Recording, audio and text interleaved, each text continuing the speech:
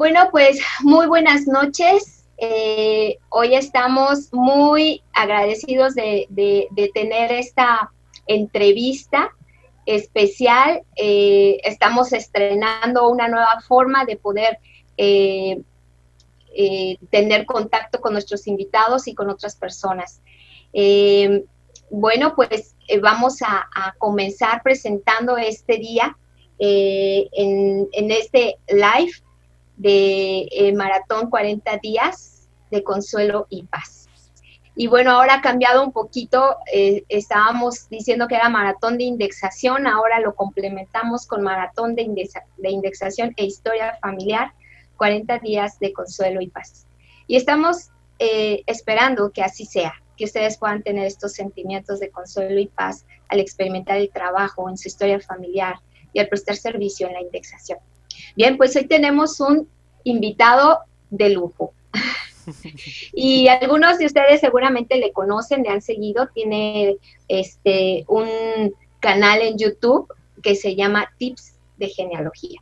Él es Enrique Sánchez Thompson. Bienvenido, Enrique. Gracias, Maite. Ok. Bien, Enrique, pues normalmente hacemos un par de preguntas a nuestros invitados y bueno, pues vamos a comenzar con la primera y pues te escuchamos. Muchas Eh, gracias. te voy a hacer una pregunta, luego otra y te paso el tiempo. ¿Está bien? Ujú, Ok. claro. Nos gustaría saber mucho qué te motivó a comenzar a trabajar tu historia familiar. Wow. Bueno, pues yo creo que fue el deseo de mi familia, más que nada. Les comento, en el caso de mi familia, en lo personal, mi núcleo familiar se compone de muy pocas personas. Es decir, somos mis padres, o sea, mi padre, mi madre, y solo tres hermanas además de mí. Así que por lo tanto, siempre fuimos nomás nosotros seis, hablando, digamos, en todo el mundo, ahí solo, digamos, en los lugares donde íbamos, sin más familia, sin más tíos, pese a que nosotros, bueno, yo por ejemplo, hijo de mi padre, sí tengo tíos por parte de mi padre. Por el lado de mi madre, de alguna manera, solo era una hermana mayor, así que la familia siempre fue muy reducida y en diferentes estados de la República, así que los veía muy remotamente, o sea, tal vez una vez cada 3 años o 4 años. No llegué a conocer a mis abuelos, solo llegué a conocer a una de mis abuelas, la materna, digo, la paterna. Así que el deseo de poder encontrar más acerca de mi familia, pues yo creo que fue lo que me motivó a empezar con la historia familiar. La primera acta que llegué a encontrar, que fue la que me despertó todo, fue el acta de bautismo de mi abuela materna. Ya para ese momento había fallecido cuando encontré esa acta. Estaba entre los papeles, en una caja de papeles, como lo diría el presidente Ayrin, y ahí encontré el nombre de sus padres y el nombre de sus abuelos. Entre los abuelos había un apellido muy particular, Villaseñor. Mi abuela es de Jalisco y ese apellido podría decirse que es de los fundadores de Tula, allá en Jalisco. Así que me movió la genealogía, fui buscando más y más y encontré parentesco con algunos personajes históricos que si habrán seguido los videos de tips de genealogía ya habrán visto ahí de qué era. Pero eso fue la primera cascada de revelación que tuve de la genealogía. Como en el video de indexación donde comienzas a ver las fotos de los abuelos, de los papás, que ven la vida de las personas. Ahí fue donde yo tuve ese sentimiento y fue donde empezó esta bola de nieve que no ha parado conmigo en la genealogía. Gracias, Enrique. Déjame decirte algo. He tenido una impresión muy especial.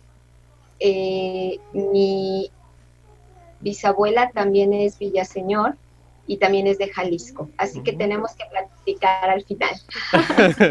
Ok, muy bien.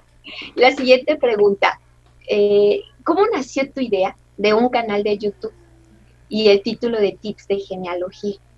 ¿Y qué podemos encontrar allí los que somos entusiastas de historia familiar? Bueno, mi canal de YouTube comenzó con una necesidad de mi estaca. En aquel tiempo, cuando inicié el canal, yo era consultor de templo e historia familiar de estaca. En ese tiempo todavía éramos directores del Centro de Historia Familiar.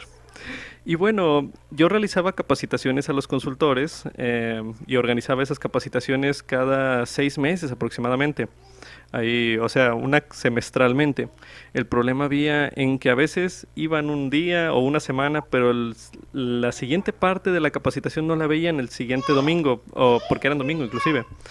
Y se complicaba un poco el asunto, ya que nunca terminaban el ciclo o sí querían y querían que les pasara la presentación, pero pues obviamente faltaba más explicación y no quería dejarlos con esa espina, con esa duda de que se llevaran solo un PowerPoint quizás, pero no tuvieran la explicación para resolver las dudas de los hermanos como consultores que eran de barrio. Así que dije, como primera iniciativa, bueno, tengo mi capacitación, voy a grabarla. Así que comencé a grabar, de hecho los primeros videos que tengo son sobre trucos de Family Search acerca de cómo solucionar errores fáciles. Los más comunes que me decían de que, oye, ¿cómo jalo el árbol de mi esposo, la genealogía de mi esposo, yo que soy su esposa, porque no me aparece? ¿Cómo vincular esos árboles? O quizás otra muy común de, no me deja reservar nombres, me pide permiso. Son preguntas clásicas que yo intenté hacer esos primeritos dos videos y lo hacía en aquel momento todavía con Hangout de Google, que integraba con YouTube y fue unos pininos donde igual yo le movía como si estuviera transmitiendo desde Google Plus, en aquel tiempo era Google Plus todavía. Así Ok. que de ahí nació y después de ello ya fueron pidiéndome más videos, me escribían las personas en los comentarios. El colmo es que grababa los videos, o bueno, quedaban hospedados en YouTube. Todavía ese YouTube se llamaba Centro de Historia Familiar de Estacanáhuac. Y Ok. para acabarla, las personas de mi estaca no las veían.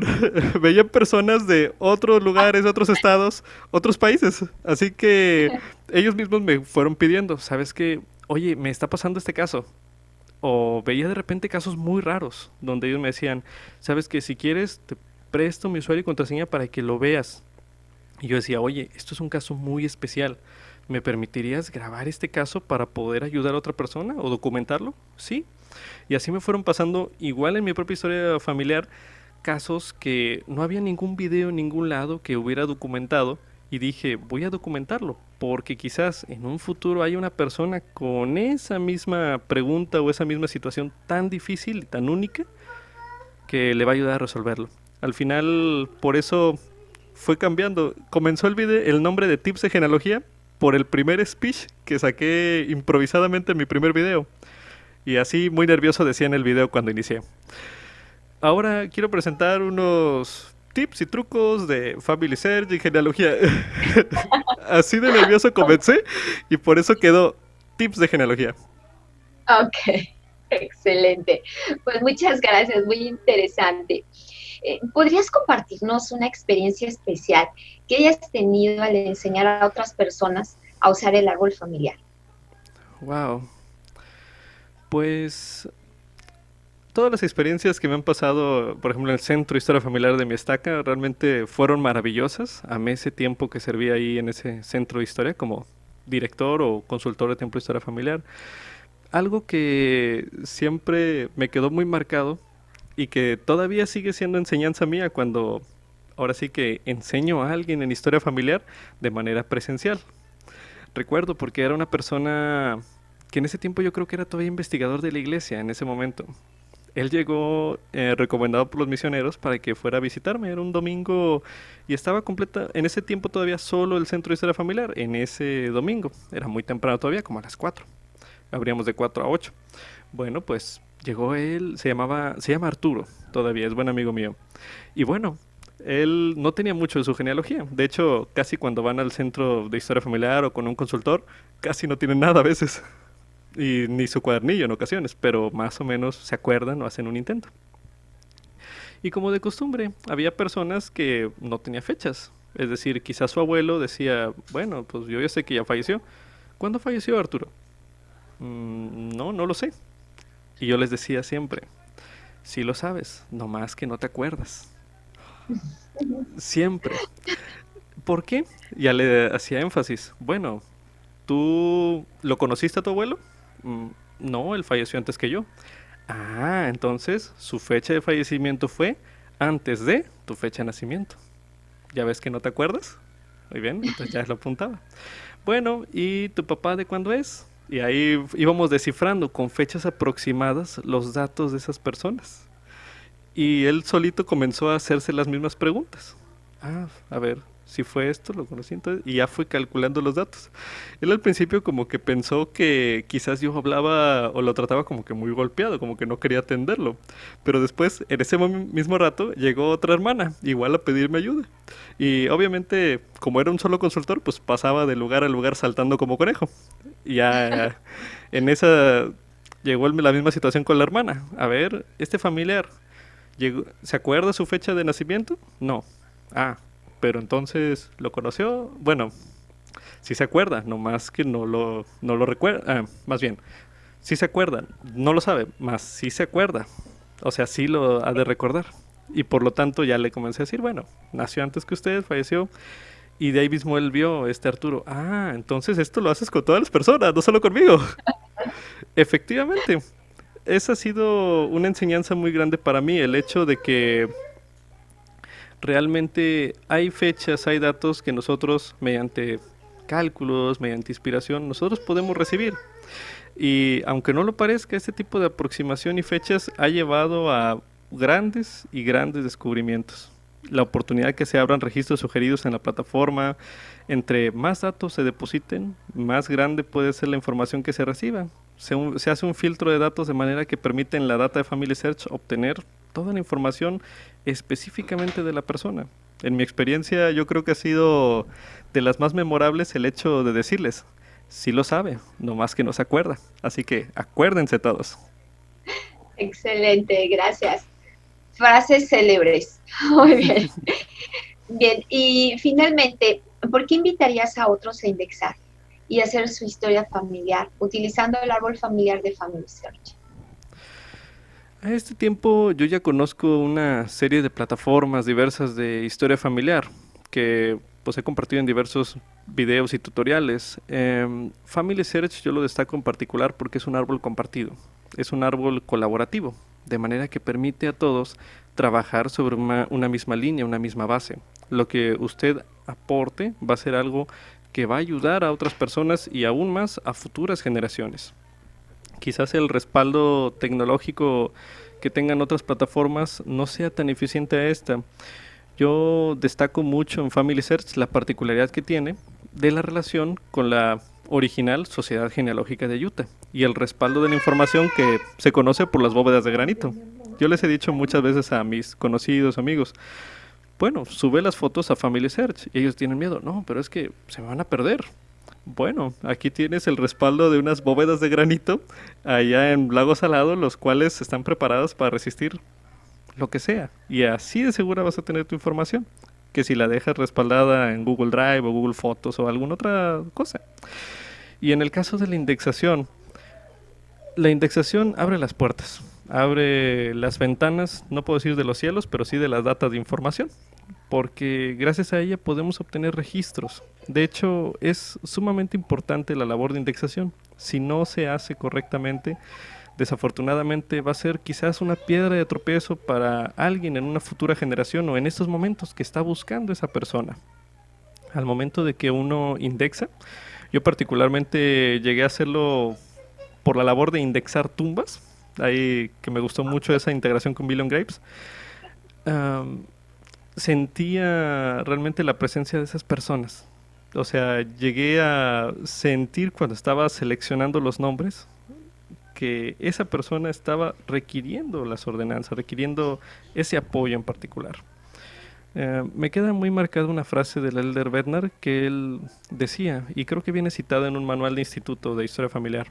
Él decía que conforme más nos acercamos a sus fuentes de información, podemos sentir su presencia. Al momento que ustedes trabajan en la obra de indexación, están siendo parte de esas fuentes de información y están siendo tocados también por ellos. Ellos remotamente saben lo que están haciendo ustedes. Y el agradecimiento no tiene palabras. Muchas gracias. Gracias por compartir esto. Como te decía, tenemos entre nuestro público en esta sala a una consultora de Templo de Historia Familiar asignada a un centro de historia y otra asignada a la indexación en su estado. Entonces, posiblemente ellas quieran hacerte alguna pregunta. ¿Quieren hacer alguna pregunta, Marisol, Danitza, a Enrique? Ok, pueden abrir su micrófono. Adelante. Pues buenas noches. Particularmente he visto en los últimos, bueno, siento que de un tiempo para atrás a la fecha, que es un poco difícil trabajar con los líderes. ¿Cómo usted en su experiencia ha podido motivar, inspirar o de cierta manera recordar a estas personas clave, a los líderes que son indispensables en esta obra? Wow. Son cosas que ni yo mismo a veces pudiera responder. Mis líderes han sido fabulosos. Yo destaco que sí he tenido el apoyo de grandes líderes. Ahí cuando estuve como consultor de Historia Familiar Estaca, tuve un miembro de Sumo Consejo que me apoyó en la mayoría de mis ideas, si no es que todas las ideas. No sabía mucho de historia familiar, desafortunadamente, pero siempre vio en mí la oportunidad de aprender más y de recibir y dar ese apoyo a los demás hermanos. Así que me abrió mucho las puertas, aún a un presupuesto bastante amplio. En el caso de consejo, yo creo que hay que convertirlos. Es decir, el manual que nos decían acerca del taller de historia familiar, ese manual prototipo que se repartió entre las estacas de México, nos decía que nos aseguráramos de que esas personas, investigadores, nuevos miembros o recién conversos que tuvieran la oportunidad de participar en ese taller de historia familiar, tuvieran una experiencia satisfactoria. Así que si nosotros hacemos que los líderes tengan una experiencia satisfactoria, ellos realmente van a recibir la oportunidad de participar de ella, o sea, va a ser tocado su corazón. Me ocurrió particularmente en un barrio. Ahí lo contaré sin nombres ni del barrio ni del obispo. Pero realmente en ese tiempo, como asesor, digamos, del Sumo Consejo, pues, y específicamente relacionado con la obra del Templo de Historia Familiar, me tocó, pues, ayudarles, típico, o sea, en su excursión, en su asesoría y muchas otras cosas más. Así que, por lo tanto, lo que hice fue ayudarles a preparar su excursión para los jóvenes. Esa visita al templo particular que van los jóvenes una vez al mes generalmente. Bueno, le ayudé a preparar los nombres, las tarjetas y todo con lo que tuvieran. Ya era una labor que habíamos hecho con los consultores de mucho antes. Teníamos los códigos de acceso para ayudar a los hermanos, etcétera. Y bueno, quedó un bonche de tarjetas bastante amplio para que pudieran hacer de diferentes hermanos, cada uno con nombres, digamos, de tarjetas de ordenanzas. Todavía, de hecho, era antes de la función de ordenanzas listas. Le ayudábamos y veíamos la manera de brindar servicio. Bueno, después de ello, pues por X o Y motivo, no se pudo hacer la visita al templo. Es decir, pues literal, o sea, no se hizo y el obispo se quedó con todas esas tarjetas. Y el obispo me las quería devolver. Entonces yo le dije, obispo, esas tarjetas están en su poder y usted tiene una responsabilidad de hacer esas ordenanzas. Esos 40 nombres que tiene usted ahí, así como dijo el elder Bednar, van a estar con usted porque usted tiene esa fuente de información ahí y no lo van a dejar hasta que realice esas ordenanzas. El obispo en ese momento se escamó, le dio miedo porque además de que, pues sí, son espíritus, como que no le agrada mucho ese tema, pero realmente yo puedo testificar de lo que pasó después con el obispo. Ya días después, aún todavía sin hacerse la excursión, él tuvo una visión. Mediante un sueño, él llegó a ver un rollo, un pergamino muy grande, en el cual veían grabados nombres de personas. Y una persona lo estaba guiando hacia otras que no conocía, más y más y más. O sea, le llegó la impresión a él, bueno, relatándome ese sueño y contándomelo, de que esas personas eran las que estaban esperando. Quizás él no es muy fanático de la historia familiar, no le gusta tanto, pero ahorita ya ha sentido el amor y la necesidad de buscar sus propios nombres, porque él sabía que era alguien buscándolo a él. Ahora sí que sin querer en esa experiencia, aunque él inicialmente se oponía o había una ligera resistencia, ya obtuvo un testimonio directo de esta obra. Sabe que es verdad y que realmente lo están buscando. Así que Eso es una forma de poder llegar a convertirles, al hacerlos participar de esta obra del templo y de historia familiar.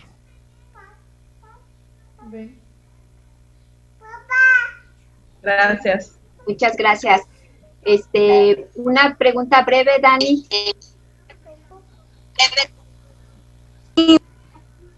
Ok, la pregunta que hace Daritza es la siguiente. ¿Cómo podemos ayudar a los hermanos a vencer la oposición cuando esta se presenta al trabajar en historia familiar? ¿Y cómo podemos lograr que no vean separada la obra de historia familiar del Evangelio y de la asistencia al templo? ¡Wow! Pues bueno, yo sé que existen muros genealógicos muy difíciles de romper. De hecho, actualmente yo cuento con ese tipo de muros a veces en mi árbol. Una forma en que yo he permanecido activo, podría decirse, en esta obra de historia familiar es al participar ayudando a otros.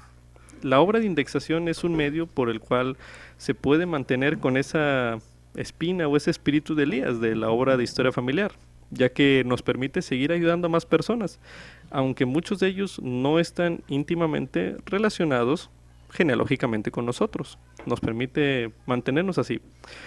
Una forma en que pueden vencer la oposición a ellos es dándoles nuevas herramientas.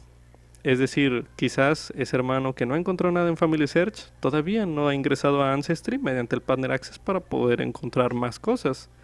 O puede ser quizás que no ha buscado en otro sitio asociado, no ha preguntado en las comunidades de Family Search, a lo mejor en la investigación genealógica y pudiera lanzar su pregunta adecuadamente y obtener una respuesta de alguien que haya tenido esa experiencia. Si es un caso acerca de la obra del templo y historia familiar, bueno, relacionado con la obra del templo, es más recomendable que se acerque a uno de sus líderes del sacerdocio. Ellos pueden asesorarlo. He visto yo el desánimo en ocasiones cuando se encuentran, digamos, atorados por algún permiso que no se le da en su debido tiempo. Quizás no ha recibido la autorización de un familiar, que es el vivo más cercano, según la regla de los 110 años, para recibir y dar la ordenanza a la otra persona. Ese ha sido quizás uno de los desánimos más grandes que he encontrado. Para eso, yo lo que recomiendo es, por lo pronto, sigan intentando. Es decir, quizás no dentro del día siguiente o mañana o pasado preguntarle cada día al hermano, a este familiar, quien quizás está oponiéndose a que se haga la obra. Pero sí mantenerse constante, quizás implantar un recuerdo, volver a compartir una foto de ese familiar que toque su corazón y obviamente siempre explicarle con sinceridad nuestras intenciones a ese familiar. Eso abre las puertas a la historia familiar. Me ha ayudado a mí y me ha permitido recibir permisos que yo hubiera considerado imposibles de recibir en ocasiones. En el caso de cómo ver que no está separada, al hacerlos participar de ambas partes de las bendiciones, yo diría, según las palabras del elder Richard G. Scott, si usted hace que esa persona lo busque, ese nombre, y luego lo lleve al templo, va a recibir ambas partes de la bendición. Hagan lo posible porque participen de ambas partes. Y así, de esta manera, van a ver que el cariño crece en ambos lados del velo por ambas partes de la obra.